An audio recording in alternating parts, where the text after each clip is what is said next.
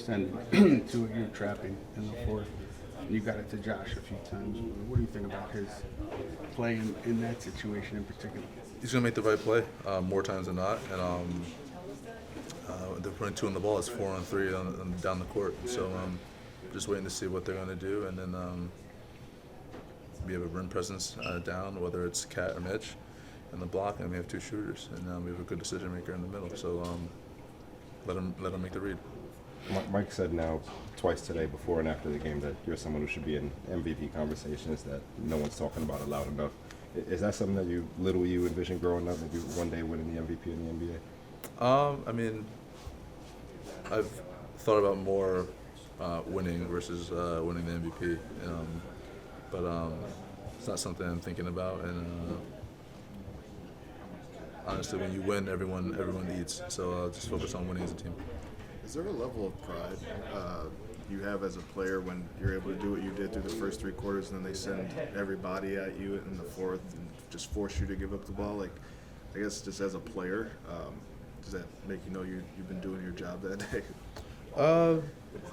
Yeah, but at the same time, I mean, you got to find a way to finish the game. You got to play for 4 quarters, and there've been times I played great for 3 quarters and not played great in the fourth. And so there've been times I played like in the first half and I played great in the second. So you got to finish the game regardless of whatever's happening out there. You have to have the same mindset, or whatever.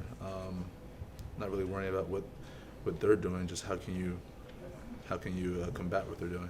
Josh was out there being physical with Giannis all night. That last possession gets a stop on him late in the fourth. Just what did you see from him taking that matchup and stepping up to the plate? Yeah, he played well. Played well on both sides of the ball, and I mean, he's in a good rhythm right now, and so just need him to stick with that. And he's a key part. He's the X factor of what we do.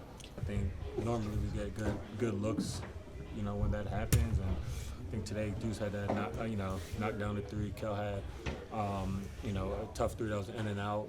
Another one I was able to attack. Missed a layup, but Cat got the rebound. And I won't talk about the one that turned the ball over. I was trying to get Kel a 3 on that one, but yeah, I'm just extremely comfortable. 40 minutes tonight. You obviously have been getting bigger workloads the last couple of games. Is that you feel like you're at your best when you're on the court longer and longer? I don't know, man. I sometimes obviously when you're starting, it's a little bit different because obviously your body's already moving, you're already warm, those kind of things. When you come off the bench, you gotta get your body, warm again. And then I know how my minutes were. I was always play the last 6 minutes, but sometimes it's not a dead ball, so that gets to 5.5, 5, 4, or whatever, and then I go in for a couple minutes, then I sit the beginning of the second quarter, and I go back in. So it's a lot of getting warm, kind of cooling down, trying to stay warm, those kind of things. So starting and playing, obviously, you don't got to worry about getting cold or stiff. Is there a different mental preparation when you know you're going to be guarding somebody who plays as physical as you? Yeah, man, I knew I was going to get beat up today.